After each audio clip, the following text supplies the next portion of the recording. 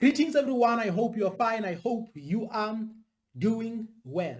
If we don't hold one another accountable, who will?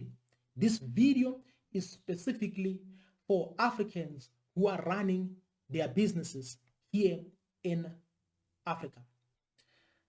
There are three mistakes that I just want to talk about in this video to help African business people, because if we leave these mistakes unattended, unsolved, we end up complaining. We end up losing customers. We end up losing trust from our customers. In other words, we end up losing our customers to other people or to other competitors. This is the truth. So I'm not saying this because I want to talk bad about people, but I'm saying this because I feel like we have to hold one another accountable. So the first mistake that I want to talk about is delivering a service to people who don't have other options, who don't have other alternatives. It can be in construction, it can be in plumbing, it can be in engineering, it can be in taxi industry, and etc. and etc. Sometimes you feel like, okay, I'm the only one who is delivering a service in this community or in my township. In other words, I've identified a problem and then I came up with a solution. So I'm charging certain fees for my solution, and all people are coming to me. They don't have a choice. They don't have any other alternatives. Sometimes when you are, like for an example, in taxi industry, you feel like, okay, even if my taxi or even if my vehicle is not clean, it's fine, because these people don't have option. I'm the only one with a transport here. I'm the only one who is running this taxi industry here. These people don't have a choice. They have to come to me, even if I drink and drive, even if my drivers don't care, even if my drivers treat them anyhow. It doesn't matter. Why? Because in your mind, you have this thing like, I'm delivering this service to people who don't have a choice.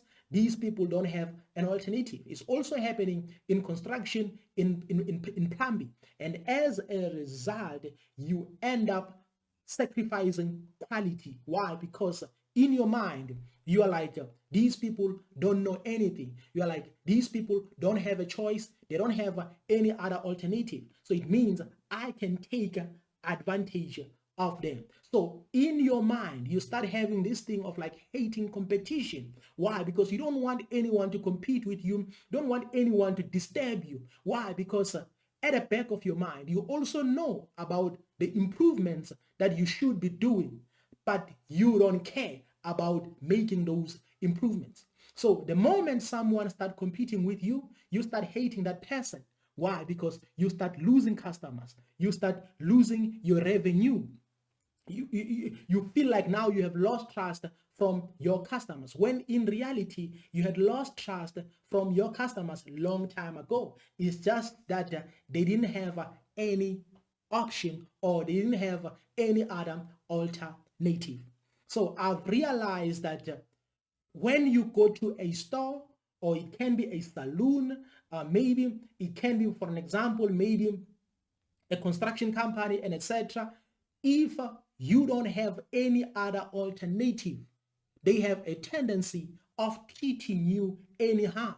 Even big companies have this problem. But I just want to be specific when it comes to African people, because at the end of the day, we start complaining that people are not supporting us. Black people are not supporting one another.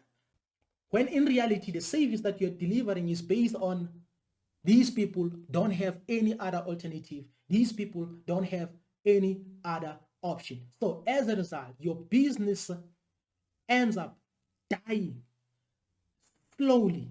Number two, if your client lacks knowledge about the service that you are delivering, it can be in construction, it can be in plumbing, or maybe house renovations, and etc. and etc. You ask someone to come maybe and renovate your place, and etc. and etc. So the moment they come, they will bring an estimate and ask you the type of quality that you're looking for. Then, but when it comes the time whereby they have to deliver, they will start using low material, even though on the estimate they charged you for high quality or best quality. Why? Because now they are taking advantage, because you don't know anything about the service that they are delivering. So that is why most of African service providers, we have this tendency of like analyzing the knowledge of our clients about the services that we are delivering. Then in the long run, we ask ourselves, why are we losing customers? Why customers are running away from us?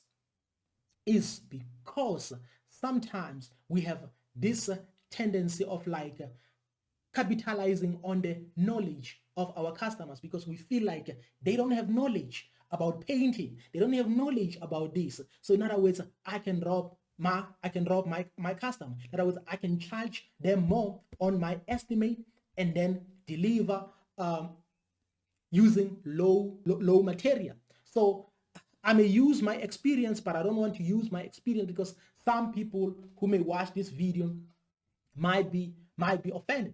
But this is what is happening, whereby we take advantage because we judge our customers and we feel like they don't have knowledge. And then later on, we ask ourselves, why are we not developing? Why are we not improving? Why we keep on losing customers? Because one day someone will come and advise your client and ask your client who was doing this service, and then they'll start pointing the mistakes that you did. Then at the end of the day, you start asking yourself, why this customer is no longer asking for my services. So we have to stop taking advantage of our customers. So this thing is happening in many companies, but I want to be specific, because now I'm talking about African business people, because there are freelancers, service providers, like for an example, independent contractors, and etc. Sometimes we want to take advantage of the people from other countries like UK and America. Maybe they require our services. They want to come to South Africa. Maybe they want to come to Ghana. They want to come to our countries here in Africa. We start taking advantage of them instead of delivering high quality services. So we ask ourselves why we lose these customers for big companies. Is because we take advantage of their knowledge. We are like, this person doesn't know anything about South Africa. This person doesn't know anything about Ghana. This person doesn't know anything about Ethiopia. So right now, we need to take advantage of them when it comes to pricing, when it comes to quality, when it comes to all these other things. But in the future, we end up losing customers, because if you are running a business using these tactics, then at the end of the day, you are going to lose customers.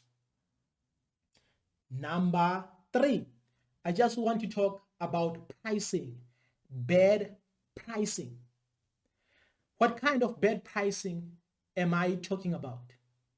In most cases, African business people, based on my experience, those who are situated in Africa, or most of business people who are situated in Africa, whenever you ask them the price, they will look you straight in the eyes and mention their price or name their price. Then they want to see if you are hesitant or you are skeptic about their price, or you are knowledgeable about that price range. Then if you don't know anything, you'll go ahead and pay a higher price. Then as a result, they will be happy. But when another customer comes and they charge the same price, and that customer, they can see that this one is just a bit skeptic, then they will lower the price, and they will keep lowering the price, because most of the times when people charge, they want to charge the highest price ever, unreasonable prices. Why? Because they judge their clients. This one has a mansion. This one is running a company. In other words, if we price our products and services this way, there's no way our businesses can retain clients. There's no way we can keep clients, and there's no way we can keep consistency as well. So this mistake is very huge, because sometimes I've realized that there are people who are taking advantage of other Africans or people who are coming from other countries, like it can be in Europe, it can be in America. We take advantage of them. Why? Because they don't know about our price range and all those things. So at the end of the day, we are not only overcharging them, but we become not loyal. So in other words, if you price your product this way, you price your services this way, then at the end of the day, there will be no loyalty.